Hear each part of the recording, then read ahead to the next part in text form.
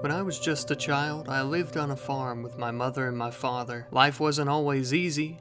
Summers were very hot, winters were very, very cold. More often than not, food was in short supply, and I always had so many chores to do around the farm. But I would give anything now to go back to sweeping my mother's beautiful floors in our home, or feeding my father's favorite mule. I guess I wouldn't even mind shoveling some of his manure as well. Yeah, I suppose I would really give anything in this entire world to go back. Back before they showed up at our door, 2 Marshal Service soldiers, one a captain and one a private, arrived at our family home one day. Growing up, my mother and father had always told me the Marshal Service was here to protect us and to keep us safe, but their red and black uniforms always frightened me as a child. They told my parents that they were here for me. I wasn't sure what they meant, of course, but my mother and father told them that they would not let them have me. The soldiers became very upset, and my mother and father attempted to fight with them. I was so small there was nothing I could do but sit and watch. Watch as the horrific events of that day unfolded in front of my eyes. Watch as both of my parents, who were trying to defend me, died. I was a complete wreck. My emotions were everywhere. I was enraged. I was even inspired to fight back, but unfortunately, this would do me no good. Welcome back, everyone, to Regime Radio. Our top stories today: Commander Ross releases a list of the most wanted rebels by the Marshal Service. Just as well, we have several stories of our good old boys in black taking out savage Impid and Thrumbulian tribes in the Noquan Desert, as well as a few bandit leaders. All this and more on your Regime Radio.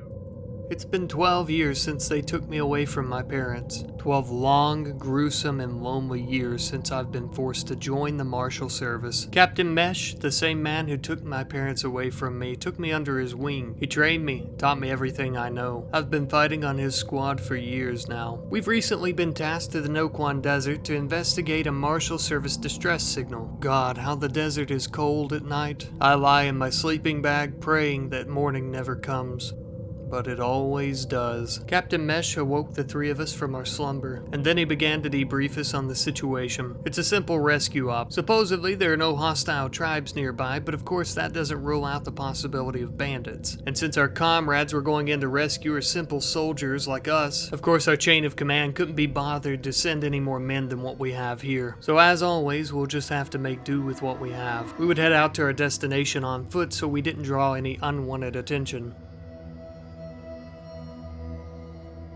The Noquan Desert was an unforgiving hellscape, so it kinda makes sense how the bandits and these savage tribes thrive out here. Our journey through the desert would be very, very long and very tedious. I would definitely feel much cooler, comfortable, and a lot more relaxed if we could have drove out here instead of walking by foot, though a vehicle would only make us a much larger target. The bandits of this desert are always dying to get their hands on our hardware. It took a very long time, but we had finally arrived. The 4 of us cautiously approached the camp and we could see the distress beacon. However, there was no one near the camp. It was completely vacant. Obviously, this was a massive red flag. I tried telling the captain that I felt like this was a setup, but he insisted that we check the tents and around the camp. But there was nothing, not even a drop of blood. Our suspicions would be confirmed as a shot rang out from some nearby hills. We were under attack. We couldn't see who was firing at us, but we began returning fire and attempting to retreat. As we ran, we got a better look at our attackers. They appeared to be scavengers, or bandits one. We couldn't see any markings or symbols, and besides, we hardly had enough time to look at them as we were running away. We were trying to provide ourselves with cover fire as we ran to some small hills nearby as well. And it was behind these small hills that we realized just what had happened to our comrades. Those sick bastards brought our comrades back here and slaughtered them like animals. This is no longer a rescue operation. This is survival. As the sun set here in the Noquan Desert, we continued our shootout with the bandits. Unfortunately, though, we were at a massive disadvantage, for the bandits live here. This is their home territory, and they knew it much better than we did, and they were well aware of that fact. They had knocked the sergeant to the ground, but he managed to get the strength to come back up and try to defend himself as well as Captain Mesh, but unfortunately, in the end, the bandits overtook the both of them. Unfortunately, during this time, we had our backs turned to them, and one of them was an Impid, and they began burning the battlefield, which unfortunately caught my corporal on fire as well. The 2 of us were displaced from one another. It was just me, all alone. My squad members were either dead or dying on the battlefield. And then finally, after hours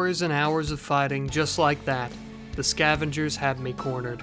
They were all surrounding me. There was nowhere I could go. My last and one true option was to surrender, so I threw my rifle to the ground and told them that I no longer wished to fight. I didn't even like the Marshal Service. They were bastards and evil. It would seem, though, that they didn't believe me. They opened fire on me. I hit the ground. I felt the burning hot pinch of the bullet go right through me. But that wasn't near the hottest thing. The impid bandit lit me on fire, and I lie there, burning. No, this can't be how it ends. No. No. Oh, thank God it wasn't real. It was all just, it was just a dream. But it could be a reality if I don't stop this. Am I really going to sit here and die for some government, some false ideal, something I don't even believe in, someone who kidnapped me and murdered my family? No, I can't let it happen. I won't let it happen. This ends tonight. All of it.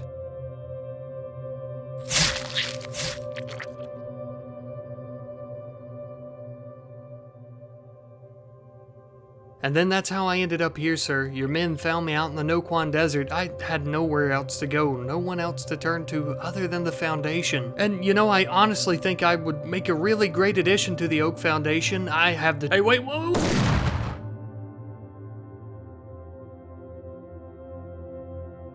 There's no room for traitors in the Oak Foundation, kid.